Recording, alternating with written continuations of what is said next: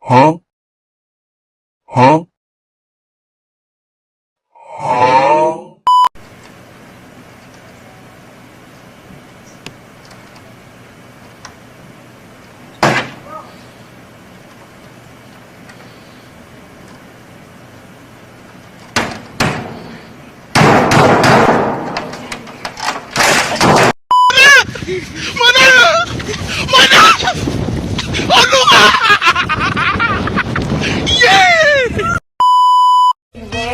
Just a feeling that I won't leave behind because it's something that is on.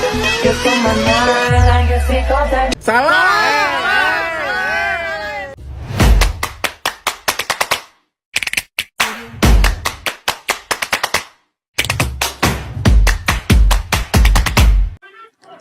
Assalamualaikum warahmatullahi wabarakatuh. Kami dari kelompok 4 ingin mempresentasikan tentang kepemilikan perusahaan, usaha kecil, dan kewirausahaan. Sebelumnya, izinkan saya memperkenalkan kelompok saya. Saya Syalasa Rizky Hidayatullah, NPM 2021 14500 587.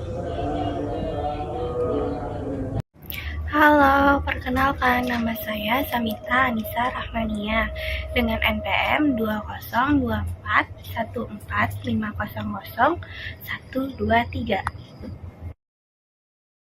Baik, di sini saya akan menjelaskan pengertian tentang usaha kecil. Ada beberapa pengertian tentang usaha kecil menurut Undang-Undang Nomor 20 Tahun 2008 tentang usaha kecil, pengertian dan ciri-cirinya.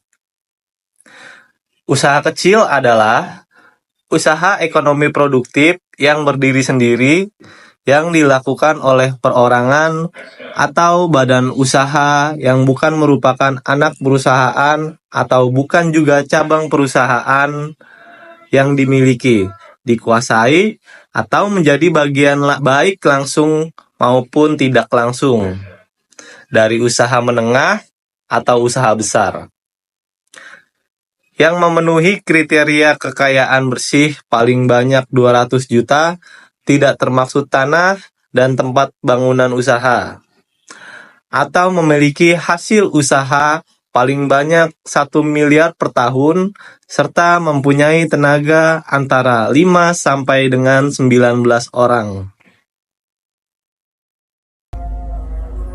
Materi selanjutnya adalah ciri-ciri usaha kecil.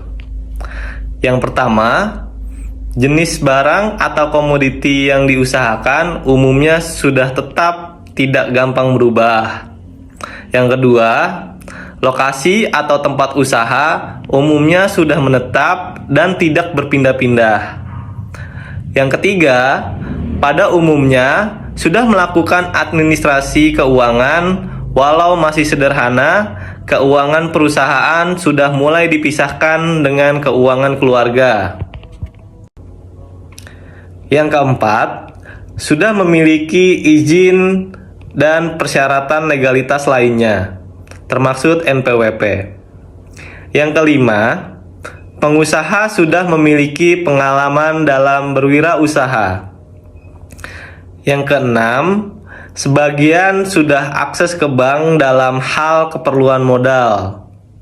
Yang ketujuh, sebagian besar belum dapat membuat manajemen usaha dengan baik. Berikut ini adalah keunggulan dan kelemahan usaha kecil. Keunggulannya, yang pertama, usaha ini bertebaran di seluruh pelosok dengan berbagai ragam bidang usaha. Yang kedua, usaha ini beroperasi dengan investasi modal untuk aktif tetap pada tingkat yang rendah. Yang ketiga, sebagian besar usaha ini bisa dikatakan padat karya, disebabkan karena penggunaan teknologi yang sederhana. Kelemahannya, yang pertama, kemungkinan kerugian pada saat investasi awal sangatlah besar. Yang kedua, pendapatannya yang tidak teratur. Yang ketiga, diperlukan adanya kerja keras dan waktu yang lama sebelum usahanya berkembang. Yang keempat, kualitas kehidupan yang tetap rendah meskipun usahanya sudah mantap. Berikut ini penjelasan tentang kewirausahaan. Kewirausahaan secara istilah berasal dari kata wira dan usaha, yang berarti pejuang atau pahlawan yang berbuat sesuatu dalam aktivitas bisnis. Menurut istilah, kewirausahaan suatu sikap, jiwa, dan kemampuan untuk menciptakan sesuatu yang baru yang sangatlah bernilai dan berguna bagi dirinya dan juga orang lain. Berikut ini 10 karakteristik kewirausahaan menurut Bygraph. Yang pertama ada dream atau mimpi. Artinya seorang wirausaha hendaknya memiliki keinginan di masa depan, baik untuk dirinya maupun bisnisnya. Yang kedua ada decisiveness atau ketegasan. Seorang wirausaha harus cepat dalam membuat keputusan, namun tetap memperhitungkan berbagai kemungkinan yang ada. Lalu yang ketiga ada determination, yaitu ketetapan hati dan kebulatan tekad. Keteguhan hati dan rasa tanggung jawab harus dimiliki seorang wirausaha. Dengan kedua hal tersebut, wirausaha akan memiliki sikap tidak pernah menyerah saat mengalami masalah. Lalu yang keempat ada destiny atau nasib.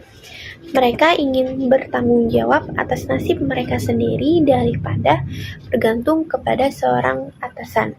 Kemudian yang kelima ada doers atau pelaku. Sekali mereka menentukan suatu jenis tindakan, mereka melaksanakannya secepat mungkin. Yang keenam ada dedication atau pengabdian. Agar sukses, seorang wirausaha harus memiliki pengabdian atau dedikasi yang tinggi terhadap pekerjaan yang dilakukannya. Yang ketujuh ada devotion, yaitu kecintaan dan kesetiaan.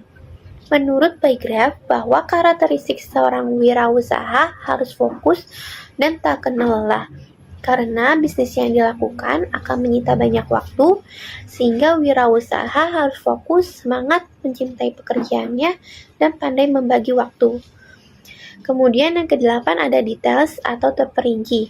Seorang wirausaha harus mampu berpikir cermat dan terperinci, terutama ketika menyangkut masalah keuangan serta perencanaan strategi. Yang kesembilan ada dollars atau uang dan materi.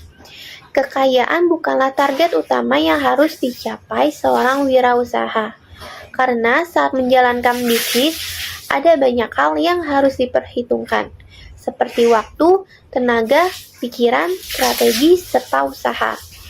Yang terakhir yang ke-10 ada distribute, yaitu menyalurkan dan mendistribusikan. Kesetiaan untuk mendistribusikan kepemilikan bisnisnya kepada orang yang dipercaya merupakan karakteristik wirausaha distribute. Tentunya kepemilikan bisnis harus diserahkan kepada orang yang dapat dipercaya, kritis, dan mau diajak meraih kesuksesan bersama. Materi berikutnya yaitu bentuk-bentuk kepemilikan usaha. Kepemilikan usaha adalah salah satu kegiatan usaha yang dilihat dari segi pendirinya, pemodalannya, serta tujuan didirikannya usaha tersebut, sehingga terdapat berbagai macam bentuk kepemilikan. Berikut ini macam-macam bentuk kepemilikan usaha. Yang pertama, kepemilikan perseorangan. Kepemilikan perseorangan adalah perusahaan kepemilikannya oleh satu individu. Akan tetapi, dalam praktik badan usaha merupakan perusahaan keluarga, yaitu seluruh keluarga berperan dalam menjalankannya. Yang kedua, ada firma. Firma didirikan oleh dua orang atau lebih yang saling mempercayai. Menurut Undang-Undang Hukum Dagang Republik Indonesia, pengertian firma adalah tiap-tiap perserikatan yang didirikan guna menjalankan suatu perusahaan. Firma terdapat berbagai macam, yaitu firma dagang, firma non-dagang, firma umum atau general partnership, lalu firma terbatas, limited partnership. Yang ketiga ada perseroan komanditer, adalah persekutuan yang didirikan oleh sekelompok orang yang memberikan dan mempercayakan sebagian uangnya untuk digunakan dalam persekutuan. Lalu yang keempat, yang terakhir ada perseroan terbatas. Perseroan terbatas adalah suatu perusahaan dalam bentuk badan hukum yang merupakan persekutuan modal yang didirikan berdasarkan perjanjian daripada pendirinya untuk melakukan kegiatan usaha dengan modal pasar, di mana modal pasar tersebut dibagi ke dalam saham dengan memenuhi persyaratan yang ditetapkan dalam undang-undang yang terkait dan peraturan undang-undang lainnya.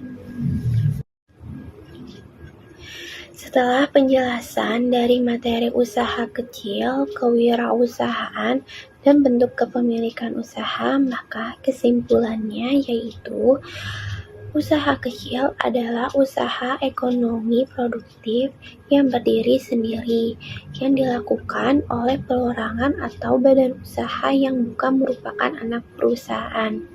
Seseorang yang mempunyai usaha kecil memiliki suatu sikap, jiwa, dan kemampuan untuk menciptakan sesuatu hal yang baru yang sangat bernilai bagi dirinya maupun orang lain, atau yang sering disebut kewirausahaan. Seorang wirausaha memiliki 10 karakteristik, yaitu dream, decisiveness, determination, dedication, devotion, doors, destiny, details, dollars, dan distribute. Lalu setiap usaha memiliki bentuk kepemilikan usahanya.